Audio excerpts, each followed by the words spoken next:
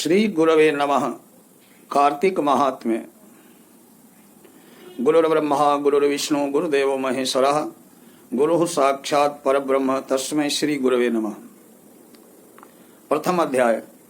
नैमिषारण्य तीर्थ में श्री सूत जी महाराज 88,000 शौनकादि ऋषियों से बोले कि मैं अब आपको कार्तिक महात्म्य की कथा विस्तार से सुनाता हूँ, जिसको सुनकर मनुष्य सब प्रकार के पापों से छूटकर अंत में वैकुंठ को प्राप्त होता है।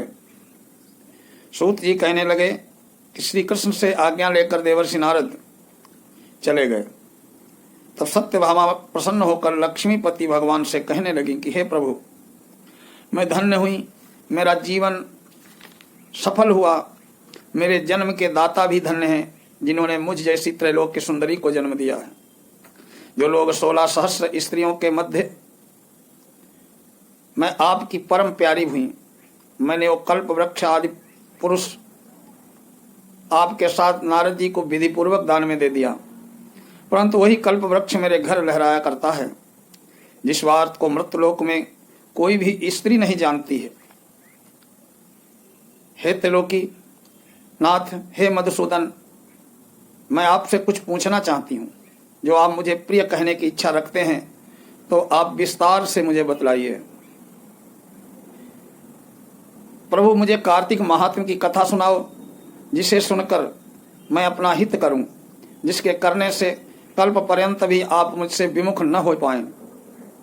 सूत जी कहने लगे, सत्यभामा के ऐसे वचन को सुनकर हंसते हुए भगवान श्री कृष्ण ने सत्यभामा का हाथ पकड़कर कहा कि अपने सेवकों को वहीं रोककर विलास युक्त अपनी प्यारी को कल्प वृक्ष के नीचे ले गए और हंसकर कहने लगे कि हे प्रिय, 16,000 रानियों में से मुझे तुम प्राणों के समान प्यारी हो।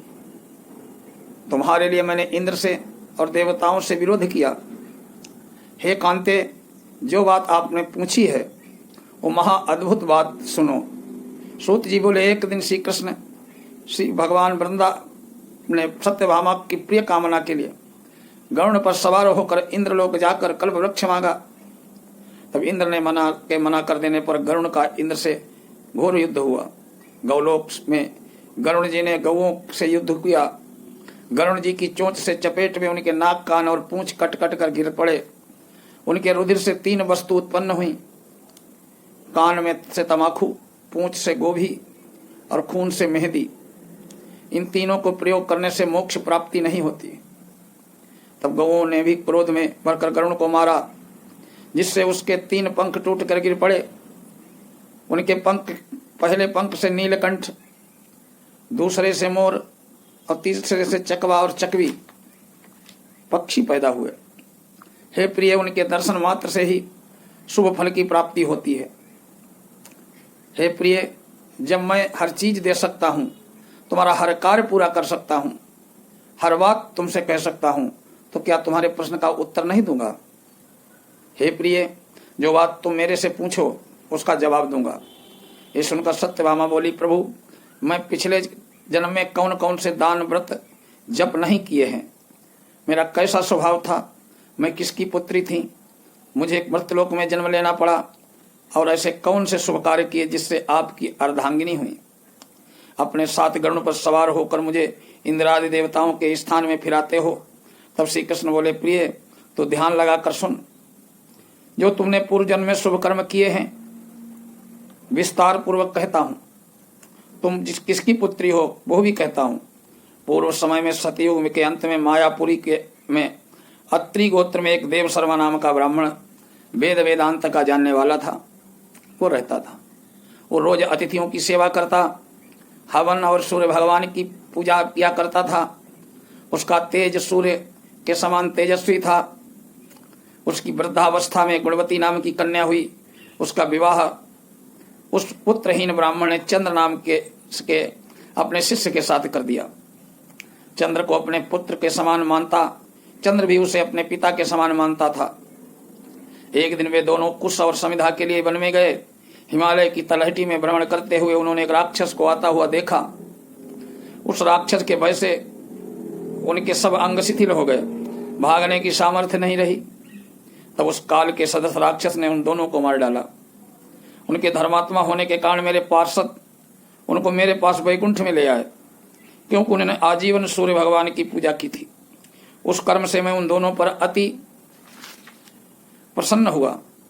शिव, सूर्य, गणेश जी, देवी, इन सभी देवताओं की पूजा करने वाले सब स्वर्ग को प्राप्त होते हैं।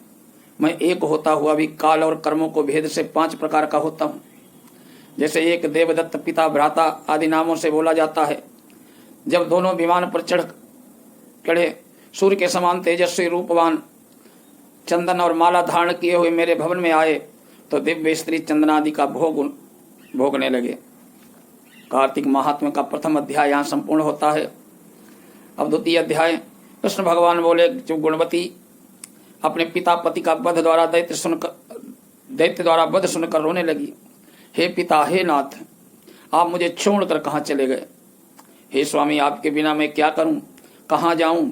मेरा भरण पोषण कौन करेगा? कौन खाने पीने को देगा? और मैं काम काज में चतुर भी नहीं हूँ, तुम्हारे बिना अनाथ हूँ। अब मैं किसी की शरण में लूँ?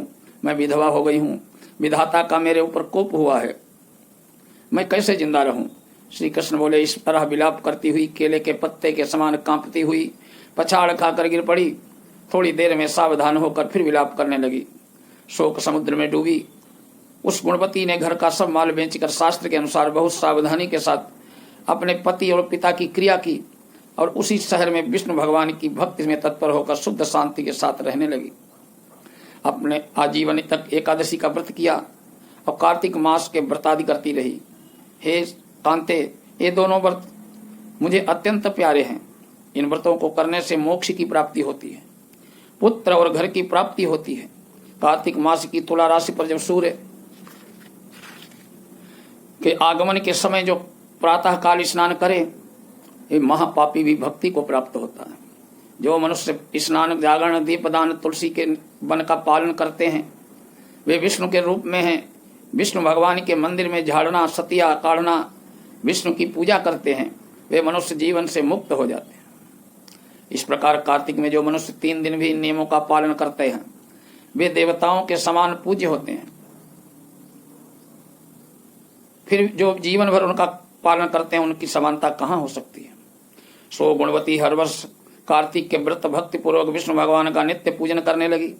वृद्धावस्था में ज्वर के पीड़ित होने पर भी गंगा स्नान करने गई। जैसे ही गुणवती जल में घुसी, जाड़े से थर थर कांपने लगी। वैसे ही उसने आकाश में आता हुआ एक विमान देखा। शंख, चक्र, गदा, पद्म आदि अनेकों अस्त्र शस्त्रों से युक्त विष्णु के समान स्वरूप वाले पार्षद गरुण ध्वजा और सुंदर अप्सराओं से युक्त विमानों में बैठाकर गुणवती को वैकुंठ ले गए। प्रदीप्त अग्नि के समान कांतिवान गुणवती कार्तिक व्रत के प्रभाव से विमान में बैठकर मेरे पास आ गई। जब ब्रह्मादि देवताओं की प्रार्थना से मैं पृथ्वी पर अवतरित हुआ, तब वे गण भी मेरे साथ आए।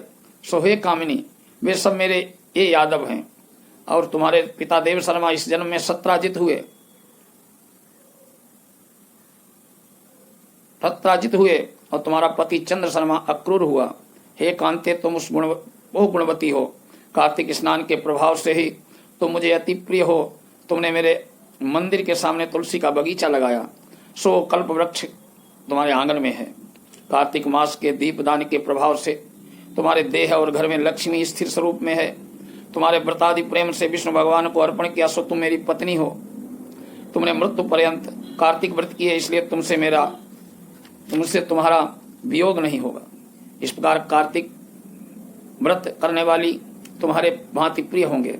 यज्ञ, दान, व्रत, तप आदि से कार्तिक व्रतों का 16वां अंश फल भी नहीं मिलता। सूत जी बोले, सत्यभामा जी पूर्व जन्म के वृत्तांत को जानकर अति प्रसन्न हुई और भगवान श्री कृष्ण को नमस्कार किया। जय श्री कृष्ण, जय सत्यभामा माता, जय।